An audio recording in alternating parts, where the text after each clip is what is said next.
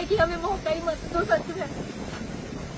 बच्चे का तो मैं तो भी नाम नहीं क्यों मतलब ऐसे पता है कि मतलब वही बच्चे रखने हैं तो मत करो ना हमारे लिए। हमारे पास पैसा नहीं, हम कहाँ से। हमारी सरकार एक समोसे के लिए सीबीआई की जांच करवा सकती है ना, तो हमारे फ्यूचर के लिए इतना नहीं कर सकती। सर हम कॉम्पिटिटिव एग्जाम की तैयारी कर रहे हैं, हमें नहीं पता, इतना तो पढ़ ही लेते कहाँ हमारा सेंटर है ना, बोलते उसका बॉय स्कूल में। सर ऐसे हो सकता है? हमारे साथ तो सर अन्याय हो रहा है सर, गरीब फैमिली से हम क्या करें, कहाँ जाए, इतनी मुश्किल से तैयारी करके तब 2-2.5 साल पढ़ते हैं। आप लोग को ये डर है कि भाई बाकी में चीटिंग करें तो आप लोग पैसे नहीं होंगे? नहीं, बहुत ज्यादा हो गया। हम चाहते हैं सर बस सीसीटीवी कैमरे चेक होने चाहिए। मतलब देखो ऐसा है सर चेकिंग भी अच्छे से नहीं हुई है, हमारे साथ बिना चेकिंग कराए अंदर आ गई थी सर। मतलब मैं खुद जाती तो फोन ले जाके चीटिंग कर सकती थी सर, इतना हुआ है सर। कॉलेज में अंदर आ गई थी और उनको बिठा दिया था। अच्छा। और पूरा मतलब 2 घंटे बात ही कर रहे थे। ये हमारे भाई बहन है, हमारे युवा पीढ़ी है जिनका भविष्य खतरे में लग रहा है। भैया मैं ये कहना चाहती हूँ कि मतलब 4 सेंटर थे हिमाचल में है ना, और 4 डिस्ट्रिक्ट में पेपर हुआ, 18 सेंटर थे। हर एक सेंटर में बच्चे सारे बोल रहे हैं कि चीटिंग हुई है। भाई हमारे सेंटर में खुद हुई है। मैं ये चाहती हूँ कि भाई जिन बच्चों ने चीटिंग करी है उनको ब्लैक लिस्ट किया जाना चाहिए, है ना।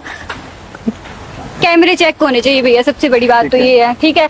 ऊपर से हम जब वहाँ पे गए हमारी चेकिंग अच्छे से नहीं हुई है। हम आराम से मतलब ऐसे था कि फोन अंदर लेके जा सकते थे हम, चेकिंग अच्छे से नहीं हुई है। बच्चों को 2-3 बच्चों को उठा के लेके गए थे बीच से, कि ये गलती से वो जो दूसरा एडमिट कार्ड है वो फिजिकल वाला लेके आ गया। ऐसे कैसे वो पेपर देने जा रहे। टाइम हो गया आपको तैयारी करते इसी चीज की? 2 साल हो गए हमें। मेरे को तो 3-4 साल हो गए हैं। देखो भाई सभी ये जितने भी हमारे भाई बहन है सभी रेंटेड रूम लेके रहते हैं यहाँ पे।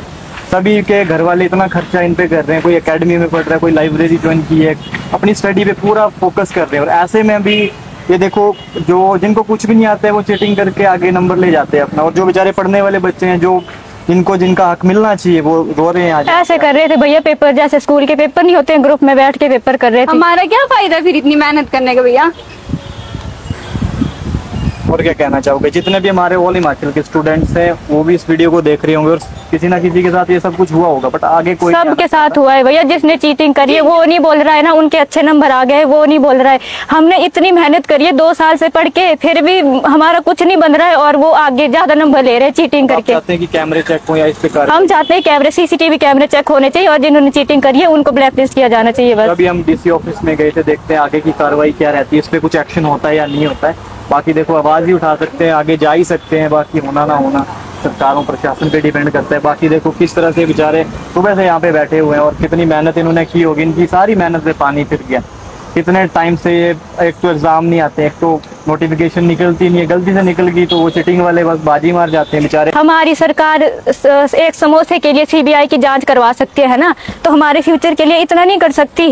हाँ हमारा ये जो पेपर हुआ उसके लिए सीबीआई की जांच होनी चाहिए, जरूरी है। कोई सिक्योरिटी नहीं थी, देखो गेट पे पूरी चेकिंग हो रही थी कि जिस बंदे का सेंटर जहाँ पे है उसको वहीं पे एंट्री मिल रही थी। लेकिन मेरे रूम में आके मतलब उन्होंने एक ऐसे बच्चे को ढूंढा, खैर नाम तो नहीं मैं लूँगा, लेकिन बच्चे को ढूंढ रहे थे, बोल रहे थे कि इसका जो एडमिट कार्ड है वो कहीं और के लिए इशू हुआ है और वो दूसरे सेंटर पे पहुंच गया है। तो भाई जब गेट पे इतनी सिक्योरिटी थी तो वो बंदा अंदर कैसे पहुंच सकता है? जो इतने बड़े एग्जाम की तैयारी कर रहा है वो कैसे अपना एडमिट कार्ड या कुछ भी है? हाँ जी, जिसका एग्जाम है कहाँ? हाँ वही एग्जामिनेशन हॉल में क्या हुआ था? हमारे तो भैया चेकिंग ही नहीं हुई अच्छे से ना, और एक मटोर वहाँ पे मतलब जैसे पेपर शुरू हुआ उससे 5 मिनट पहले लाइट चली जाती है और जैसे पेपर खत्म होता है उससे 5 मिनट पहले लाइट आती है। जैम्बर ही नहीं बजे भैया, जैम्बर ही नहीं बजे नहीं है। वो बोलते भाई जब सायरन बज जाएगा आप शुरू कर देना, नहीं तो हम टाइम बता देंगे। ऐसे कैसे भाई? ना दीवार पे वो चीज लगी थी, पेपर था वो क्या था वो कुछ समझ नहीं आ रहा है। जब सरकार बता रही है कि इतनी सिक्योरिटी थी तो वो लड़का दूसरे सेंटर में कैसे पहुंचा और उसको एंट्री कैसे मिली? चलो वो पहुंच तो गया कि गलती से उसने पढ़ा नहीं होगा कि सेंटर कहाँ पे उसका, लेकिन उसको एंट्री मिल गई और वो रूम तक कैसे पहुंच गया? हमारे रूम में आए थे उसको ढूंढने के लिए लेकिन वो वहाँ पे नहीं मिला, तो वो रूम तक कैसे पहुंच गया?